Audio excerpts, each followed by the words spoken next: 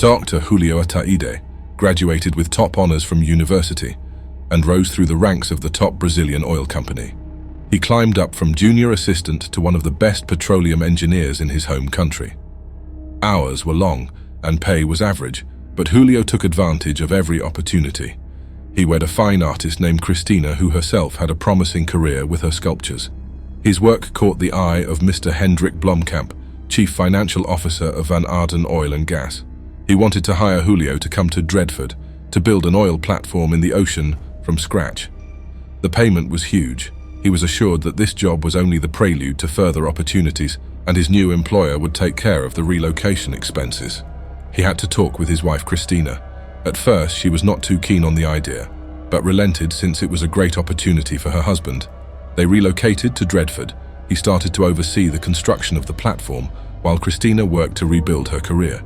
He did everything he could to be with her, but eerie accidents started to hinder the construction of the platform. As a result, Cristina was finding herself alone more and more often.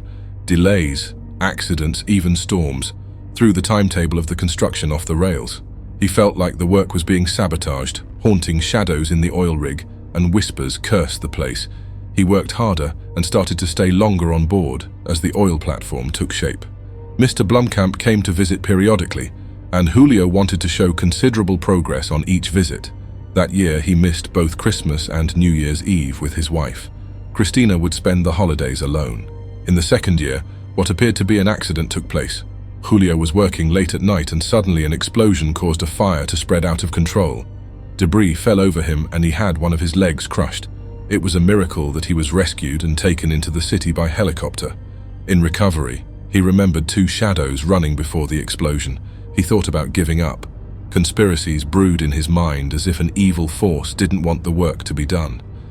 On the next day, Mr. Blomkamp came to visit and wanted to know how quickly he could get back to work, and to Julio's own surprise, he agreed to continue from the hospital bed.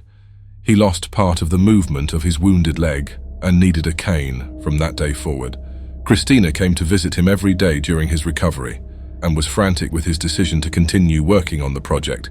They had the worst fight of their relationship, and he promised her that the work would be completed soon.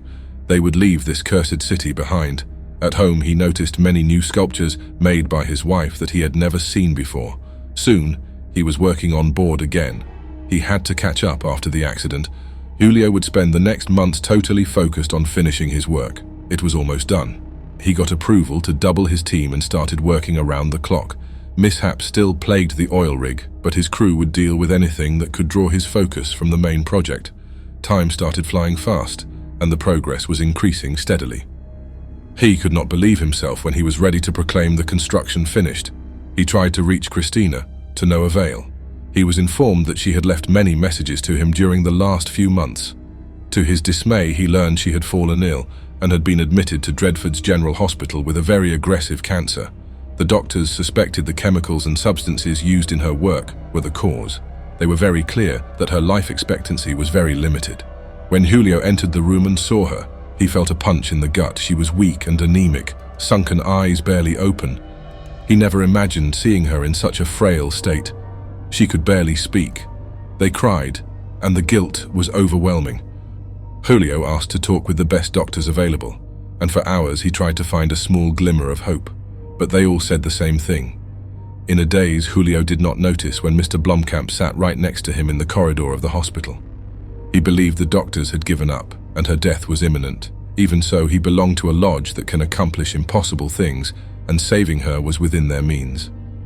This caught Julio's attention, but he had a hard time believing the words. He wanted to know how this lodge would be able to do the impossible, and why they do that for him.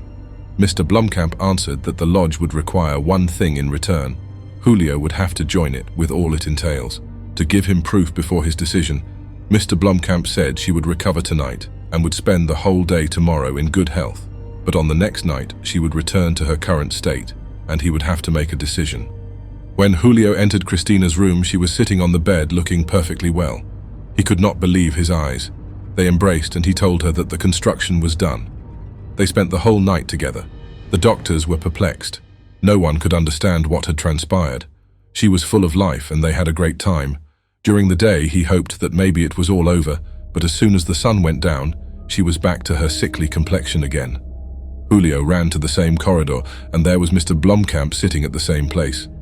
Julio took a few moments looking into the pale man's eyes, and before his boss could say anything, he just said, he agreed. Mr. Blomkamp extended cold hands, and when Julio shook them, he said with a smile in the corner of his mouth, "Welcome into the lodge.